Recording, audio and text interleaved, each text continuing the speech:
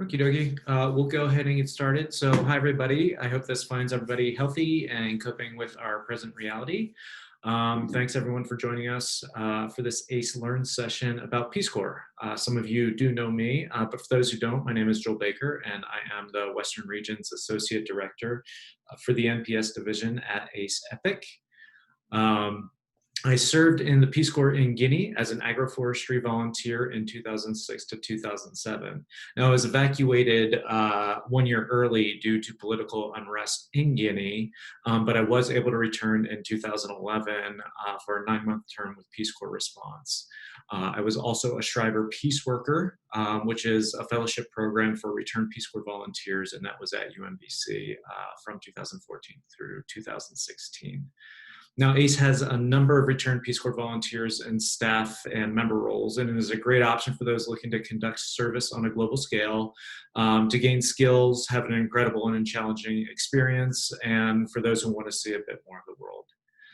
Now, I am joined today by Miranda Dayton, a Peace Corps recruiter in Utah who served in the Republic of Georgia as a community economic development volunteer.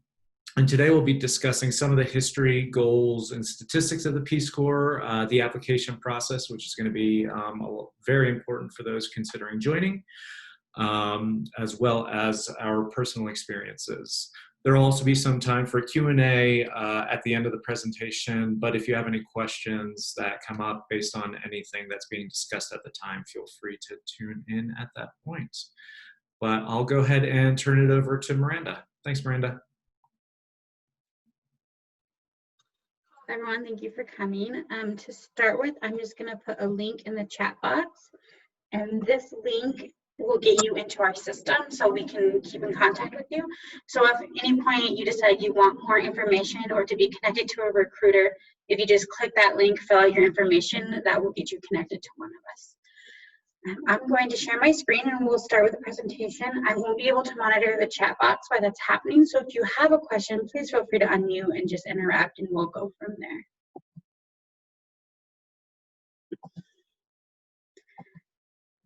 Okay.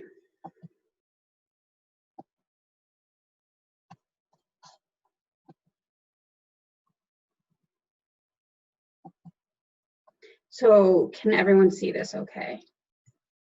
Someone just unmute. Okay, perfect. So like was already stated, I'm a recruiter for the Peace Corps. I'm located in the Utah area and I cover Utah and Nevada, but there are recruiters all over the country. So if you're not in this area or region, there are recruiters available for you to work with. I am a return volunteer. I served in the Republic of Georgia, which is located just on the border of Russia, Azerbaijan, Armenia, and Turkey, along with the Black Sea coast. So I was in a small town in the Black Sea area called Poti, and I worked with nonprofits and a national park. So there are a lot of different reasons people join Peace Corps or are interested in joining the Peace Corps. For me personally, I had graduated college. I'd been working at a local nonprofit for about 3 years, working on tourism and destination marketing. And I really loved my position, but it felt like it was time to move on to something else. And so I started looking at my options. I knew I wanted to go abroad. I knew I wanted to be in a program that I trusted and that was going to be good for me if anything happened. And so I came across Peace Corps, and what really stood out to me about our programs, there's other ones, are that you are part of the government. So you have kind of the backing of the State Department and the federal government in case anything should happen. But also really the focus on grassroots sustainable development. That it was about capacity building in that community and about culturally appropriate activities and development, and not just throwing money at a problem. So the Peace Corps started in 1961, and the president who started the Peace Corps was JFK. He talked about a program like this in one of his campaign speeches, and then his first year in office, he started the Peace Corps. The first group of volunteers left in 1961 in August, and we've had volunteers out ever since. This is actually, right now, we don't currently have volunteers serving because of the coronavirus, but as soon as we can get people back out into the field, we will have people serving again. Since 1961, we've had the same 3 goals, and those are to share qualified U.S. citizens with countries that have requested aid, to share U.S. culture with those countries, and to share the culture of those countries with the people here in America. And each of those goals, I think, are really important for the success of the Peace Corps. So qualified U.S. citizens, what does that mean? Well, now it means either a bachelor's degree or 5 years of full-time work experience. So that you can take the skills you've made here in the States and take them with you and share them with your community. And then to share the culture of the United States with people in those countries. A lot of times volunteers are the first Americans people in their communities, villages, or towns have met. And even if they have met other Americans, you're probably the first one that they feel comfortable sitting down and really asking questions of. And then also your American experience is different than anybody else's, so you get the opportunity to share that with the people in your country of service. Just an example, my host mom loved American TV. They would dub it in Russian or Georgian, and so she would watch a lot of it. And there were several times where I would make a comment and she'd be like, no, but in America, it works like this. And I'd be like, no, I got like, that's a TV show. Not every high school looks like Pretty Little Liars. Not every town has a serial killer just because you watched a movie where there was one. So getting to share what it was really like to live here versus what she saw in media. And then on the flip side, being able to share what I learned about Georgia with the people that I love here in America, and then coming home and being a return volunteer forever and being able to share that experience and having those long-term relationships with people in a different country, which is really cool. A lot of times I tell people I've served in Georgia and I get, oh, like America's Deep South, or I love that region, but because people don't even know my country of service exists, so I get the opportunity to share that with them. Here are some quick statistics about Peace Corps. The things that people find interesting on this form is that we do accept married couples. And when it says married couples, it just means anyone that has cohabitated for at least a year or is married. And so you don't actually have to be married to serve as a couple. And that 90% of volunteers would recommend service. And that speaks really highly to the quality of the experience that volunteers have during Peace Corps. Yeah. So we do have 6 different areas of service or sectors of service, and each of these are what we call a primary project. So when you apply for Peace Corps, you can apply directly to a program or to where you're needed most and put your preferences, and these would be the things you can choose from. Each of these projects have a different focus, and we'll go over each of them. So starting with agriculture. Agriculture volunteers work in small co-ops, local farms, community farms, helping grow and increase output from farming activities. They also work on things like healthy farming or nutrition. Similar to that is environment. So the environment volunteers are working more on community education around the environment. So helping communities take better care of their environment. It could be anything from forestry to animal husbandry to working in a school teaching about ecology and the importance of not littering, organizing community pickups, or educating on why you shouldn't throw garbage in the river, things like that, to help communities increase their understanding of the importance of their environment and to help protect the environments in their community. So it could be, for example, I heard of a volunteer who was working on an island and they had issues with the coastline eroding, and they also had issues with a lot of glass bottle pollution. And so he organized a program where people were educated on the importance of not littering, and then they would bring, instead of throwing those glass bottles into the jungle or the water, they'd bring it to their organization. He wrote a grant to get a machine that crushed glass into sand, and then they used that sand to help rebuild the coastline. And so the focus on sustainable, so it wasn't just buying a device that would do something, it was teaching the community the importance of using it and then teaching members of his community how to use it. Youth and development is focused on taking volunteers and putting them in youth centers or community centers and teaching life skills to the youth. And so that's anywhere from like 14 to 25-year-olds. And you could be teaching positive masculinity, you could be teaching resume writing, or running after-school programs to provide safe places for kids after school. There's a large variety of things based off the community need that you could be doing with the Youth and Development Program. Health programs are also, I mean, all of these programs are pretty vast, but this one does cover a lot of different territory. It's HIV, AIDS, malaria prevention, education. It's working with communities to teach nutrition. It could be doing sanitation, hygiene, education, working on mother-child health, a lot of different options. And again, when you apply, you can see what the different countries need from these volunteers and get an idea of what you'll actually be doing. And then when you get to your community, based on what your community needs, you could also be doing other items as well. Education is our biggest sector, and it has 3 different options. You could be doing math, science, or English education. You also work with the educators in that community to help increase their skill set. And those are things that will help train you on when you get to service. In your first 3 months, you'll do language, technical, and cultural training to help prep you to be successful in these areas. Community economic development, that's the one I did. There are several different programs. Some are working in schools teaching entrepreneurship. Some could be working with nonprofits. That is a similar project to what I did.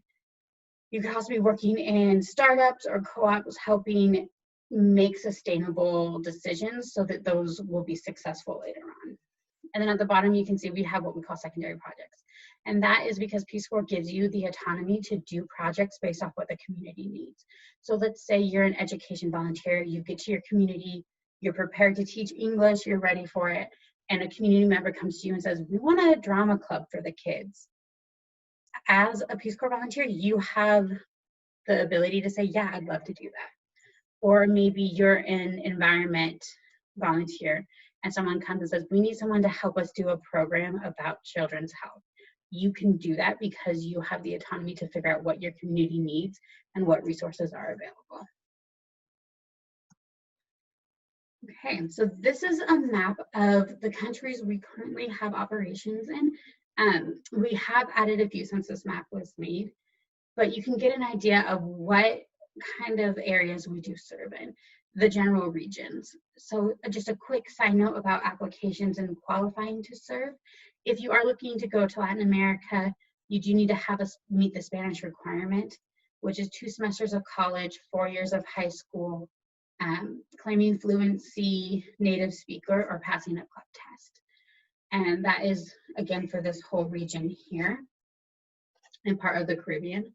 And then parts of Africa are the same requirements, but with French instead of Spanish.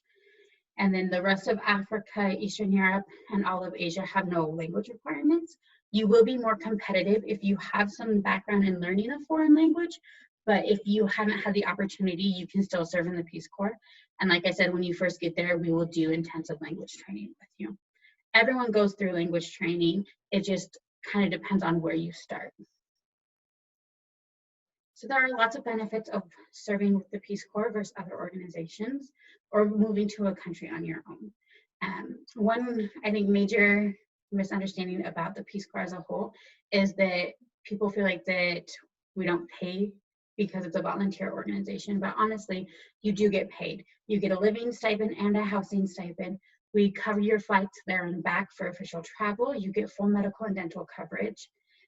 We even have, you can defer your student loans or get help with that.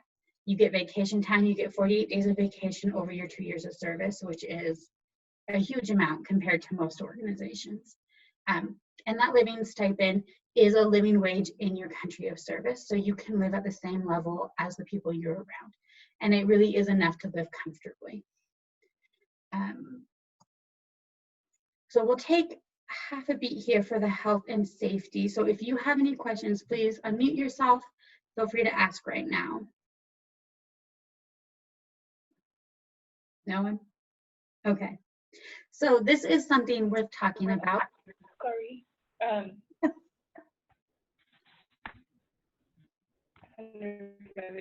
that. Hi, I'm Samantha. I was wondering, I've looked at Peace Corps before, but I was curious to know, like, for students who are going into grad programs or whatnot, they're usually a 2-year commitment. Are there any, like, summer or year-long commitments or any ways to, like, did you have shorter ones as well or longer ones? Okay, so you were curious to know more about that. mhm. So you were cutting out, but I think what you asked, no, you're fine. What you asked was, do we have shorter term programs instead of just the 2-year program I've been talking about?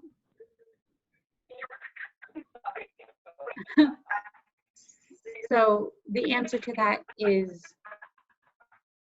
yes, we do have shorter term programs. It's called Peace Corps Response, and they're anywhere from 3 months to a year.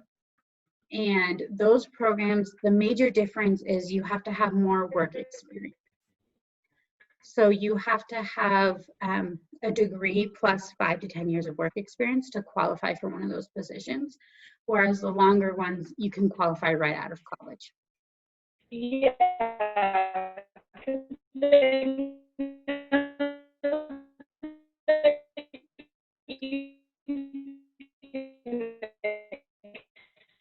Okay, I did not understand any of that. Let me see.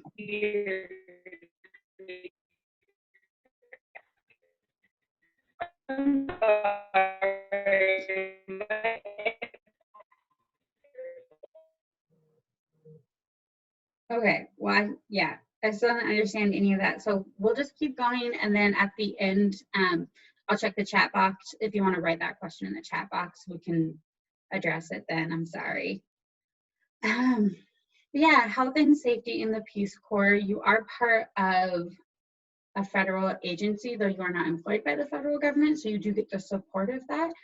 Above that, each country has what we call a safety and security manager, as well as a doctor who only sees Peace Corps volunteers. So there is someone on the other end of the phone at any time if you ever need help. So if you find yourself in a situation where you're uncomfortable, there's someone you can call and get help and assistance. If you get sick or need medical treatment, need to go through surgery, anything like that, there's a doctor there who only sees volunteers that you don't have to pay for, that is there to help you. Some anecdotes from my own experience in this area. You also have the support of your community, and most communities are very excited to have a volunteer and have been waiting as long to get a volunteer as you go through the application process. So, for example, I was walking out because I worked at a national park, and I was walking out to the ranger station one day with another Peace Corps volunteer who was in town visiting. And we were talking and laughing and not really paying attention. And then all of a sudden, one of the rangers walked out of the ranger shed, walked up to me and handed me a cell phone, which is something they never did. They always waited for me to get there.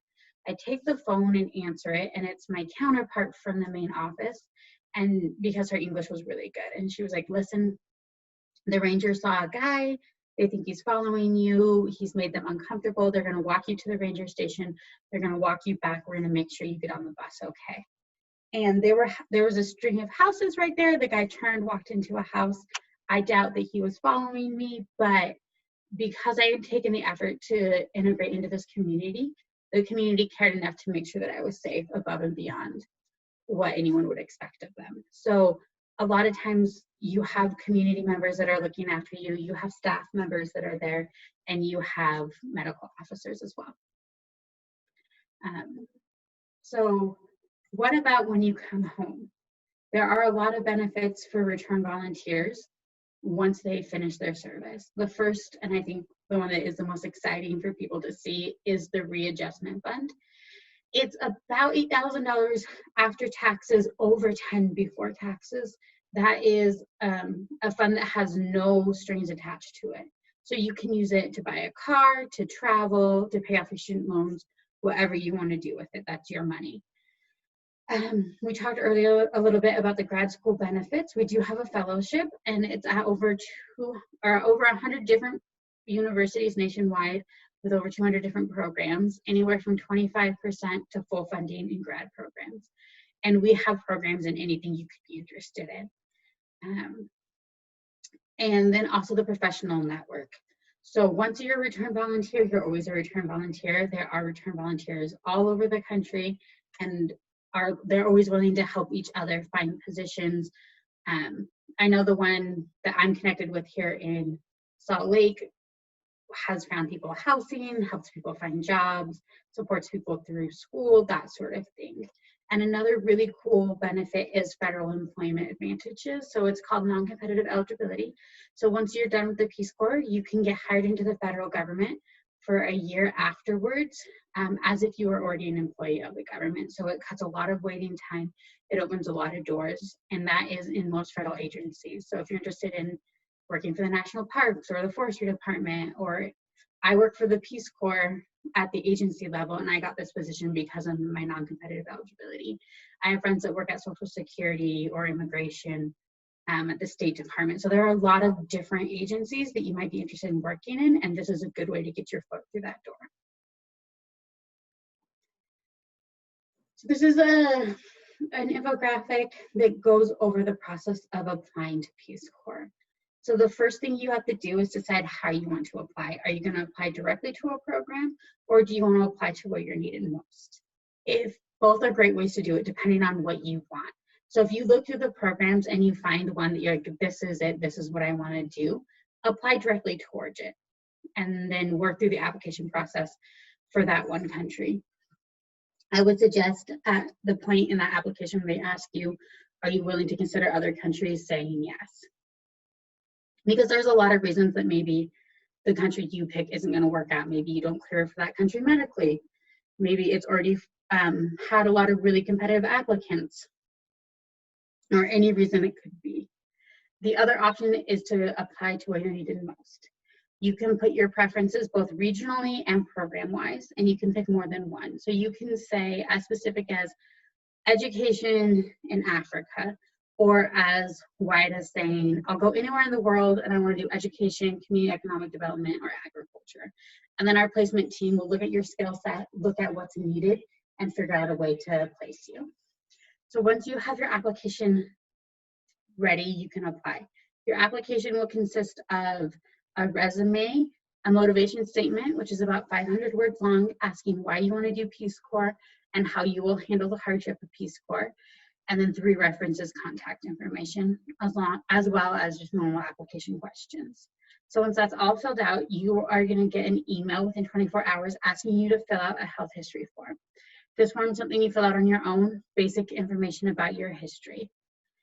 All of that is evaluated, and a placement officer will decide if they want to move forward with you or not. If they choose to move forward with you, they'll send you an email inviting you to schedule an interview. That interview is done over Skype or phone. They're 60 to 90 minutes long, and they'll send you the questions beforehand. And I'm here to help you every step of the way. So if you need someone to review your resume, help you pick a country to apply to, ask questions about what it's like to serve in that region, I'm here to do that. And then if you get an interview, I'm also here to help you prep for that so that you can be as successful as possible. Now, let's say you do all of those things, you do the interview, and you get accepted into the Peace Corps. You'll get an email inviting you to be a Peace Corps volunteer. You have 3 days to accept that, and then you'll start your legal and medical clearance. That can take some time, and you'll get lots of instructions on how to do it and the timing of that. But once that's completed and you're officially cleared for service, you'll onboard and then depart to a U.S. city to do 2 days worth of training. And then as a group with everyone else in your cohort, fly to your country of service. So that can take anywhere from 6 months to a year. If you apply right now, the application deadline is July 1st, and those programs leave January through March of 2021. But starting May 1st, we'll have programs on the website that have a October 1st deadline, and those leave April through June. So just depending on when you apply and when you want to depart is how long this process can take. Okay, this is just a quick overview of what that website looks like and what some of the programs could be that you could be interested in. You can also sort by things like the language requirement, the region you want to serve in, if couples are accepted, and what programs. So if you're like, I only want to look at environment with no language requirements that accepts couples, you can use the sorting tool to do that. Miranda? Yeah. Real quick, can you briefly speak to how the recent total program evacuation and then how that's affecting future applications and program start dates with the pandemic? Yeah, that's a great question. So the recent evacuation obviously happened because of the pandemic, and it was decided that we were evacuate volunteers because borders were closing, and we couldn't provide the benefits we needed to them if we can't get to them. So that is why we evacuated. And then as far as going back into countries, every country will be evaluated country by country. So we're not going to rush back into it. We are hoping that the October 1st departures are going to happen. But again, it will be based off whether or not we feel like it's safe to return volunteers to that country of service. So yeah, dates can shift. Usually it's pretty solid. If we say you're leaving in July, you're going to leave in July. Right now, it can be a little more fluid based on which countries we can return to, because it's going to be country by country. It's not going to be everything open at once. With that being said, we are still hiring and interviewing people. And so applying now for a program that leaves in March, hopefully by March, you'll be able to go. I think it will more affect the volunteers that were supposed to be leaving this time and less affect hopefully the ones that go next year. But you will be continuously updated through your placement and country desk officers and updated on what's happening. Does that answer the question? Okay. Under normal circumstances, and hopefully again soon, these are our application deadlines. And they are yearly, so every January 1st, we have applications that are due. You'll know by March 1st if you got in or not, and then you will depart July through September. And again, on our website, those dates are on each position. So you know if you're, let's say you're graduating May 5th, and so you know when you're looking at programs, not to apply to programs that leave April 25th, because we have those dates on our website already. And like I said, we have over 70 recruiters nationwide. And so if you're not in my territory, there is a recruiter that can work with you and meet you face-to-face, talk about it, go over your stuff. And you are 55% more likely to get in if you work with a recruiter versus applying on your own. Right. I'm going to talk now a little bit about my experience as a volunteer and the sort of things that I got to do, and share a little bit about the culture of Georgia. So this is a slide of projects that I did, or like my secondary projects. These were things that weren't necessarily connected with my organizations I was assigned to or the counterparts that I worked with, but that my community was interested in, or national initiatives. So for example, these two pictures at the top, this was a program I was part of called Technovation. So we started, it's an international competition, but no one in Georgia had ever done it. And so we started clubs throughout the country. We had 5 my first year and I think 11 my second year. And it was groups of 3 to 5 girls learning how to code apps. And they also had to learn business skills. They had to write a business plan. They had to do presentation, demo video, all of these things. And they were able to come together as a group and go to camp and meet other girls who were interested in coding, meet professionals that were coders, work on their presentation skills, and then we had an in-country competition. And the winner of that competition got to go to the international, or the regional. So they didn't actually get to go anywhere, but their presentation was given to the regional committee to evaluate. So it was a really cool opportunity because a lot of our girls had never met anyone else that was interested in these sort of things. And so being able to go to the Capitol and meet other people their own age with their same interests really sparked a fire in these girls to do STEM related work. Other projects, this one, for example, this was a national spelling bee where we held regional or like village and community spelling bees, and they would go to a regional one and then they could go to the national one.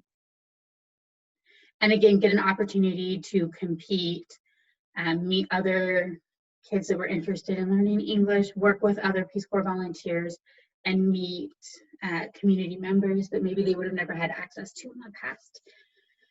A project I did my full 2 years was what we called an American Club, and so it was focused on learning conversational English, but also teaching things about American culture. And early on, it became clear that things like international geography weren't really taught in a way that kids remembered it, so we would do things like that.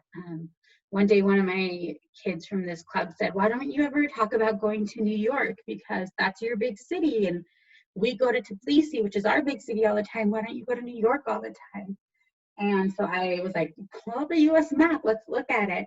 And we looked at how long it would take to drive from where I lived in Washington State at that point to New York City.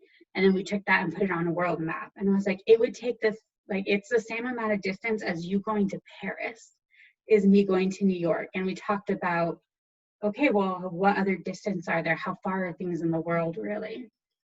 We would do parties. So we had Halloween parties and we did Thanksgiving dinner with them.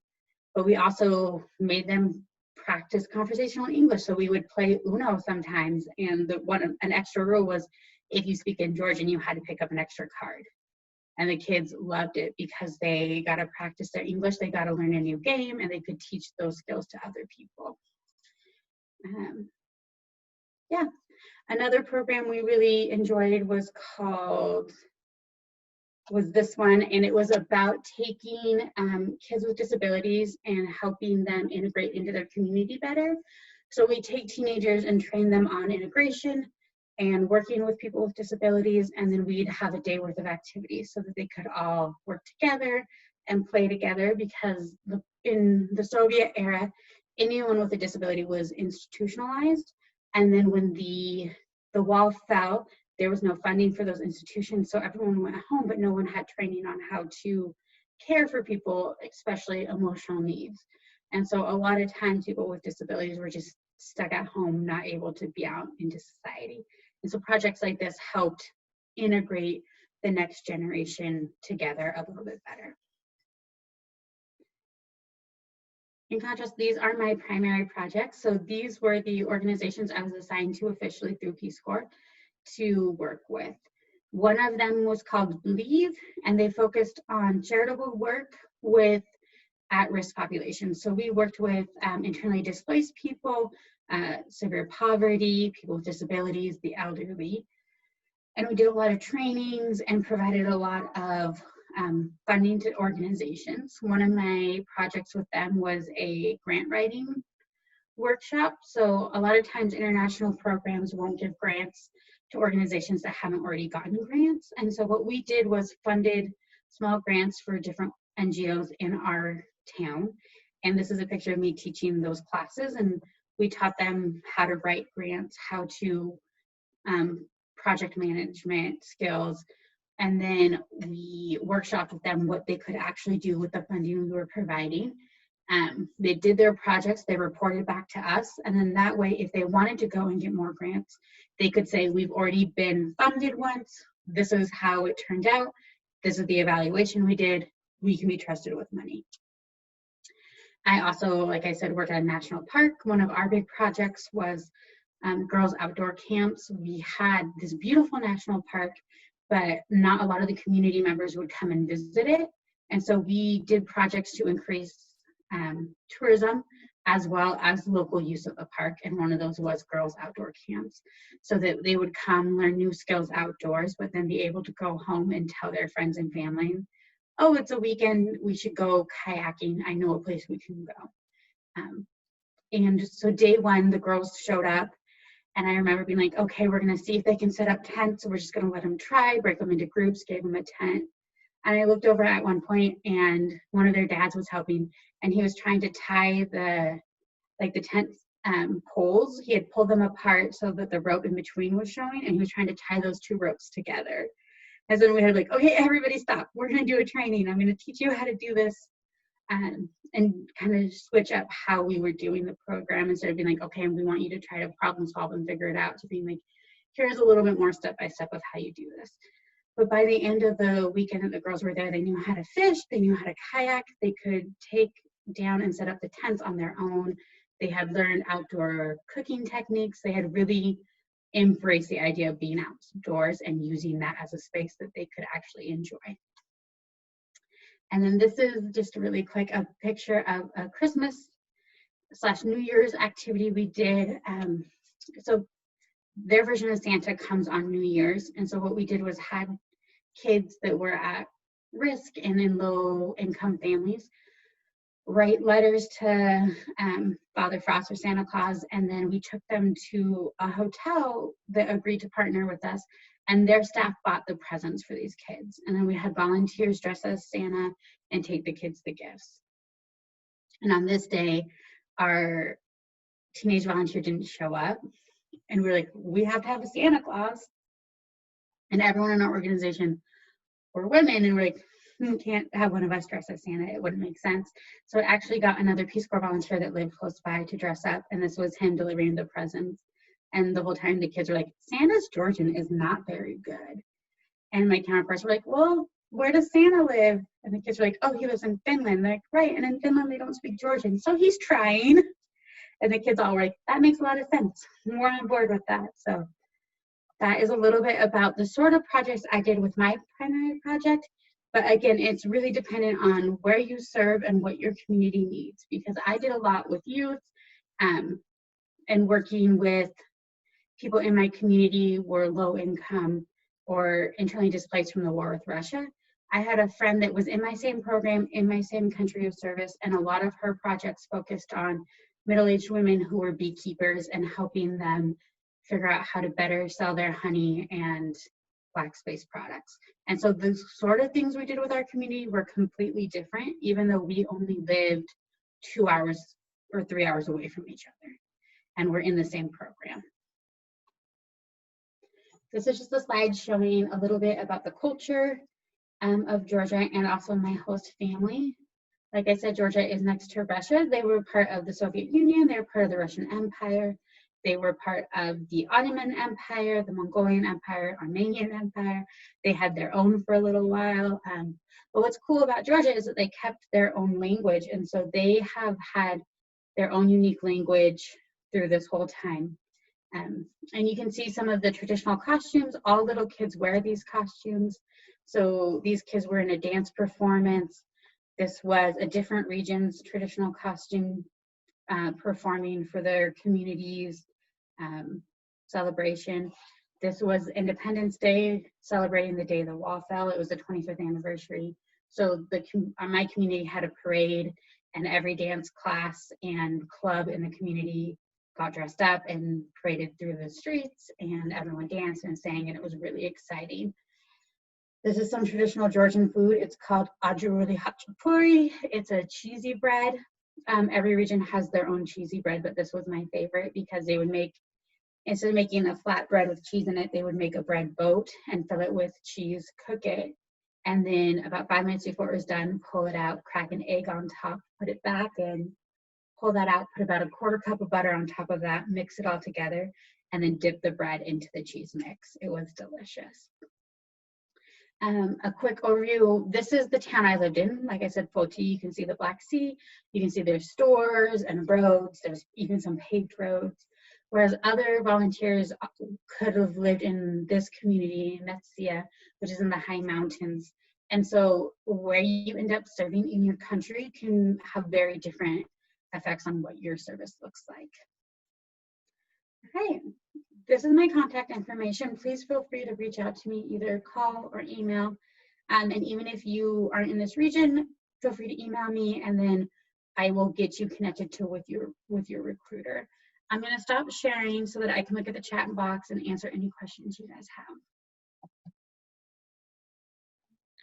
Doesn't look like we've had too many more questions coming yet, but everyone on the line who's still on, if you have any, feel free to either unmute yourself and ask or type it in the chat box if you're in a place with low connectivity. I did want to mention that it's definitely a good idea if you're considering the Peace Corps to reach out to any contacts you might have and get their experiences. And be ready for either the 5-second response, it was good, or the 30-minute response to where it's just like a verbal dump of everything that happened. It's a huge experience, and a lot of people process it in very different ways and continue to process it and have different thoughts about it. You know, it's one of the most challenging but also the most rewarding experiences I've ever had. It's definitely been when I reflect on it, it's a period of the highest highs and lowest lows. Typically, I'm fairly even keel, personality wise, but that's been the time where I've been like the happiest in my life, but also also you know had some real struggles out there. And every experience is so individual, within country, between countries, between sectors, depending on when you go and you know where you're at specifically. I mean, I was in a very rural setting in West Africa, and I would have a 4-hour bike ride to get to my village. And we had a weekly market where taxis would come through, but otherwise I was biking to any city of size if I wanted to get like a cold Coke. Otherwise, it was what I grew in my own garden, what I could get from the farmers I worked with, and that type of thing. So obviously that brought its own things up. And there was a number of volunteers we had in the cities who never had to worry about that type of thing. So yeah, it's a very individualized experience, super rewarding. Um, I'm happy to spend a couple minutes and go over a couple of the highlights and um, specifics of what I did. Miranda, if you still have some time. Otherwise, if anyone has any questions, feel free to interrupt. And I'll focus specifically on my Peace Corps volunteer term of service, not my Peace Corps response time at this point, but I would be happy to address that later or offline if anyone wants to talk about that specifically. So when I got started with the application process for my first term, it was way back in 2005. And the application looked very, very different at that point. That was essentially, you're lucky if you get in, don't specify anything because, you know, they'll just pull it away from you. At least that was the lore. It didn't actually work out that way, but we wanted to be as open as possible. So I just wrote, I'm willing to go anywhere. I think I said I didn't want to be in an urban environment, but that might have been as specific as I got. And I didn't specify the type of job as well. But based on my past experience, I had very little grade school level French and some landscaping experience. And based on those two things, they eventually offered me agroforestry in West Africa, in Guinea, Conakry, which is a francophone country where they have about 63 local dialects and languages.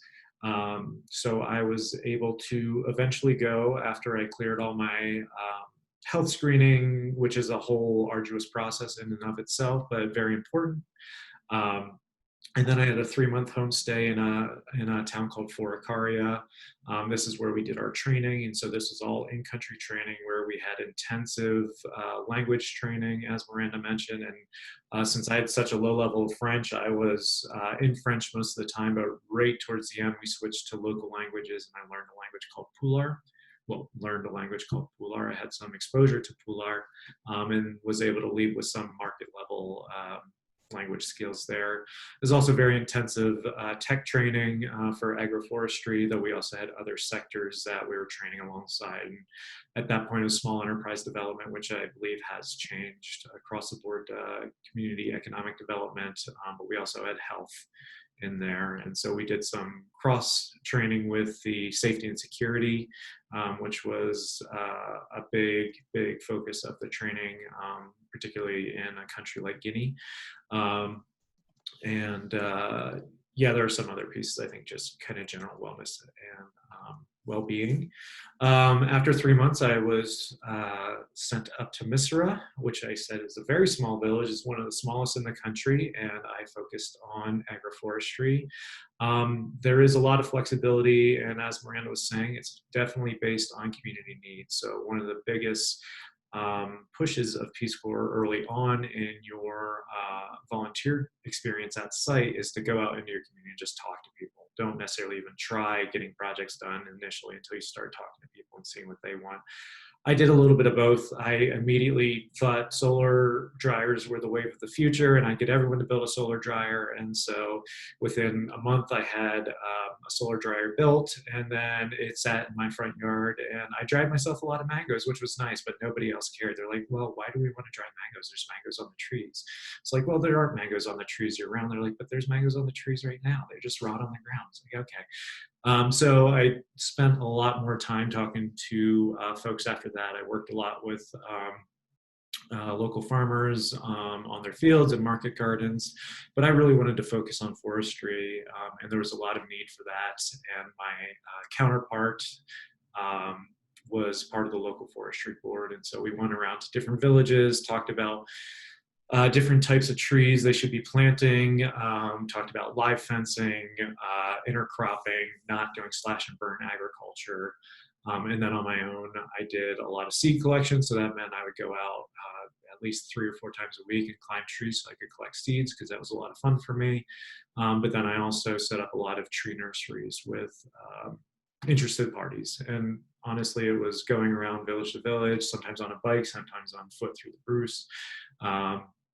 And just seeing who was interested, just chatting with people, practicing their language. And yeah, actually my closest friend was a 12-year-old school-age kid who had decent French, but could speak Pulaar in a way that I certainly couldn't. So he would tag along with me, and he was great company, and he definitely showed me the ropes and probably, kept me safe throughout my time in Guinea. So yeah, very valuable, rewarding, challenging experience, but definitely one I wouldn't trade. And it's actually how I found out about ACE. The first time I was there, after we'd gotten evacuated, I was sent to Mali with the rest of my Peace Corps cohort for about a month. And during that time, the original director of ACE California was traveling through. He had been Peace Corps in Mauritania in the 90s, and he was traveling through, and he told me about the program. And since I was recently evacuated and thought I'd have my life together after 2 years, and it was only 1 year, I had no idea what I wanted to do. So after traveling around Africa for about 3 more months, mostly in Zambia and Malawi, I came back to the States, worked for a couple months out of my parents' home in Delaware, and I got my car and drove across country to California. And then, yeah, that's how I got started with ACE. So it was the kind of the launching point for my conservation career, which is also a really nice kind of advantage to having done that. In terms of secondary projects, real quick, I also taught English at the local school to I want to say they were the equivalent of 8th graders, by and large. And then I invited some other health Peace Corps volunteers to come and do health sensitizations, is what we call them, in our village, and they focused on HIV/AIDS and then a lot of basic sanitation. And then I would also go visit volunteers at their villages and do some agroforestry extension. And yeah, that's kind of my service in a nutshell. Very quick. It's hard to sum up everything that was happening in a few minutes. Like I've said, definitely reach out if you want to chat. I put my email address in the chat box for those who don't have it already. Also, feel free to reach out to your main ACE point of contact if you forget or lose the contact information. We can always get that to you down the road. It looks like there is a question right now. Yeah, so it's a question about living in Puerto Rico. Can you still apply even if you don't live in the country? And the answer to that is yes. You just have to be a US citizen and over 18 years old. So it doesn't matter if you're not currently residing in the States, you can still apply. We also had a question about completion rates. I don't have those numbers for you right now of how many people do complete, but it is very dependent on the community or the country of service. Those rates are very different. There are some countries that are a lot harder. I would say countries that people go to hoping to have a 2-year vacation, and then they get there and it's a lot harder than that. For example, like Jamaica is a lot harder to serve there than it is to go on vacation there. And so people go in with the wrong idea of what that might look like. The most times people finish their service if they can. And so reasons people drop out, there's a lot of reasons. Maybe it's personal, maybe there's family issues, it could be a medical reason. There could be issues with their inability to follow the rules. So there's lots of reasons that people don't finish their service. But we are there to support you through that. And it's not like if you quit, you're stuck there. We will get you home. You'll go through the process. So I hope that answered that question. Yeah, I'll add that my Peace Corps experiences both times, while I was in a very rural environment in Guinea, and Guinea itself is very low on the global scale in terms of amenities and services. I've never felt more supported in terms of healthcare and having that assurance that things would get taken care of if anything happened. And while it was quite a distance for me to get to a town of any size if I needed transport out. There was also radios set up. I mean, that's all moot at this point because cell phones are pretty ubiquitous. They just weren't when I was there the first time, but there were radios set up if I ever needed anything. When I was evacuated, it was similar to how it's happened currently with COVID, in so much that we weren't actually in any present immediate danger. Actually, in Guinea, they were very fond of Americans. But it was more to the point, like we had been on what's called stand fast for a month, where everyone just kind of stays put in their individual locations. And Peace Corps was starting to get worried that, hey, if this escalates, the political unrest that we were seeing, if it escalated, that they wouldn't be able to extract us all. So before they got to that point, they went ahead and took us all out of the country. And then while we were waiting in Mali, they decided they wouldn't be able to reopen for a number of months again. And they did eventually reopen that summer, and then they had subsequent shutdowns, but then they've reopened for a good period of time until this most recent evacuation, which is, understandable.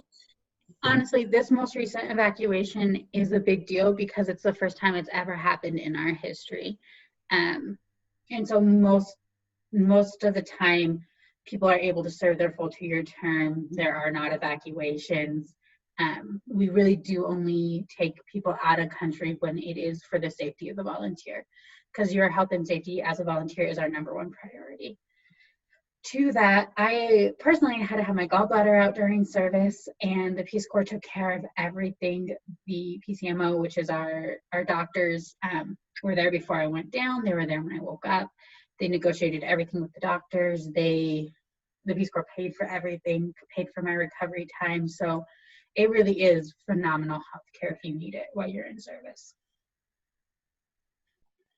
Yeah, we had members that we would actually get a little bit jealous of if they needed a procedure of some sort, which sounds ironic, but it also meant that they get to go to places like London or South Africa or Senegal or the US. Guinea didn't have its internal healthcare for major procedures, so we would always fly the volunteers to different areas, which, the rest of us would get jealous about. Okay, so we have a question about the highest concentration of Peace Corps volunteers. That would be in our Africa region. So about 50% of volunteers serve in Africa. And then about 45% are education volunteers. So that's kind of the two biggest, education in Africa. And we had a request for me to pull the map back up. So let me find that really quick. And this map is also on our website, peacecorps.gov. So if you want to see it and kind of interact with it, there's an interactive version on the website. I will share my screen so you can take a look.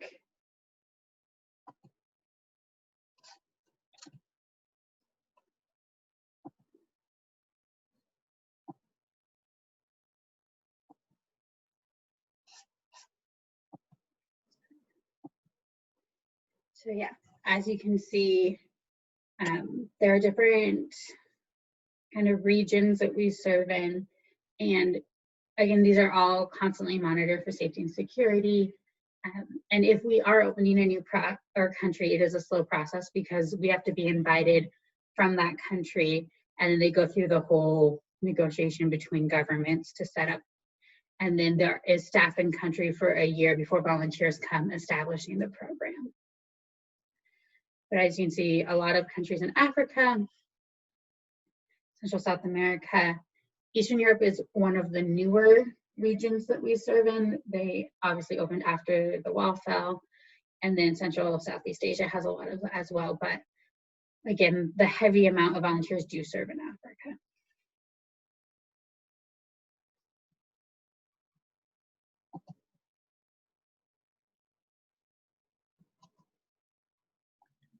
Are you seeing any more questions, Miranda? I am. No, I think that is it for questions. Okay, well, unless anyone has anything else, we'll go ahead and wrap it up. We're approaching 2 o'clock here. Thanks everyone for joining us. You do have my contact information in the chat box. There is, or Miranda's information was displayed right at the end, though if you didn't get to see that, you can always refer to the recording, which will be posted on the ACE Google Drive, which we've been sharing the other ACE Learn sessions at. Or you can always reach out to your main ACE point of contact who can put you in touch with me, and then I can definitely plug you onwards. At this point, question just came in. Do we have any Peace Corps information on our member resources page? Internally, I don't believe we do, Peter. But that could be something we remedy if there is interest in that. And Miranda? Yeah, and we have another question asking if you can serve more than one service every 2 years. So yeah, if you serve your 2 years, you can extend and stay in that same country if your country takes extensions, or you can reapply and go to another country. So that just is a full reapplication process. And I will send out my email. I just tried to, but I think I just sent it to somebody individually. But if you need to get a hold of me, you can always reach out to this email address available in the chat. Great. Well, thanks so much for joining us, Miranda. Really appreciate that. Thank you, everyone still on the line, and I guess those who've already signed off. But yeah, hope this was helpful. Everybody take care. Bye. Thank you all for coming.